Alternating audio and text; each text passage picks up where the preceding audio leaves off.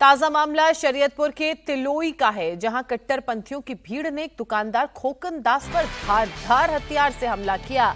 उसके बाद पेट्रोल छिड़ककर आग लगा दी। खोकन दास ने किसी तरह कट्टरपंथियों से खुद को छुड़ाकर तालाब में कूदकर अपनी जान बचाई।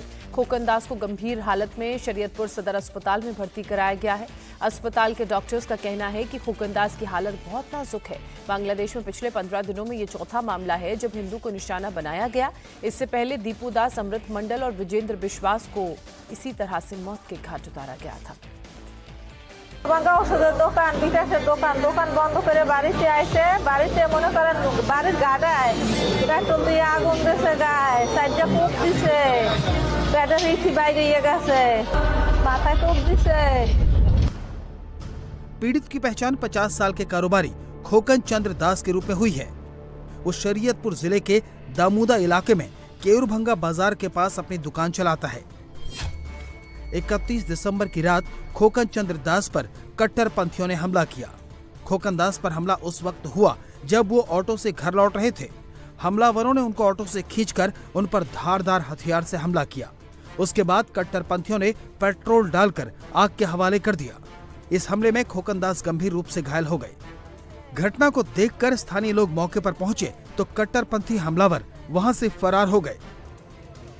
हमले में खोकन दास के शरीर पर कई गंभीर चोटें आईं। पेट में गहरा घाव हो गया। चेहरे, सिर, हाथों पर जलने के निशान हैं। बांग्लादेश में 15 दिन के अंदर दूसरी बार हिंदू शख्स को कट्टरपंथियों ने पीट कर आग के हवाले किया है।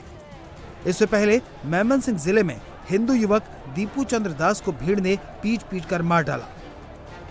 इसके बाद उसके शव को पेड़ पर लटकाकर आग लगा दी। बांग्लादेश में हिंदुओं की टारगेट किलिंग का ये 15 दिन में चौथा मामला है। 18 दिसंबर को कट्टरपंथियों ने दीपू चंद्र की पहले पीट कर हत्या की। उसके बाद उसके शव को पेड़ से लटकाकर आग लगा दी। वहीं 24 दिसंबर को कट्टरपंथियों ने राजबाड़ी जिले के होसेनडांगा गांव में एक हिंदू युवक अमृत मंडल की पीट कर हत्या कर दी। 29 दिसंबर को मेमनसिंह जिले में एक कपड़ा फैक्ट्री के अंदर हिंदू कर्मचारी विजेंद्र विश्वास की गोली मारकर हत्या कर दी।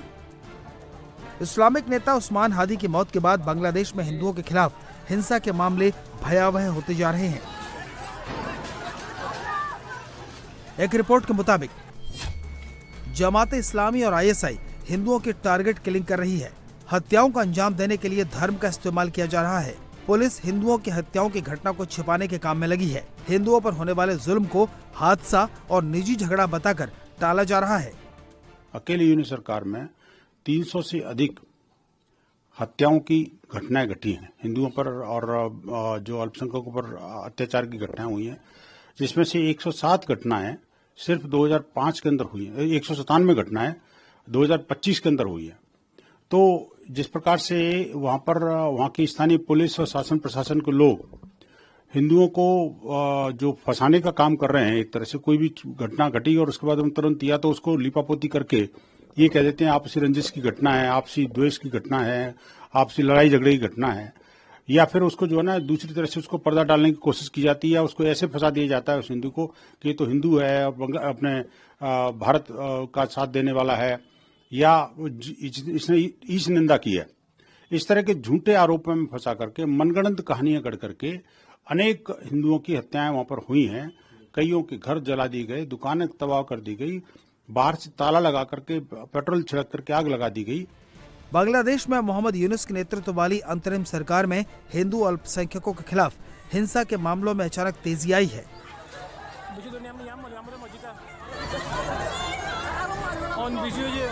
जुलाई 2024 के बाद हिंदुओं को टारगेट करके मारा जा रहा है, जिसका भारत समेत दुनिया भर में विरोध हो रहा है।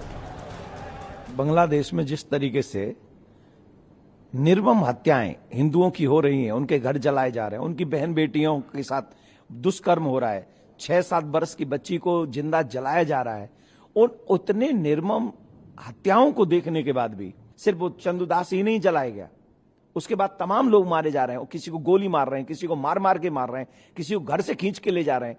ये सब हो रहा है बांग्लादेश में और हिंदू मर रहा है बांग्लादेश में, और हम मौन पे मौन नहीं, हाथ पे हाथ नहीं रख सकते, हम मौन नहीं रह सकते।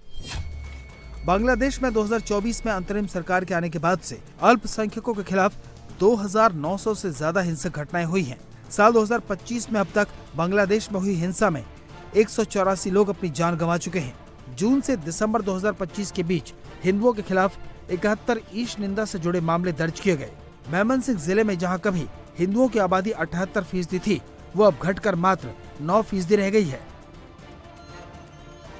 जाहिर है बांग्लादेश में आजकल जो कुछ हो रहा है वो ISI और जमात इस्लामी के इशारे पर हो रहा है और यूनिस सरकार एक्शन लेने के बजाय कट्टरपंथियों को बचाने में लगी है।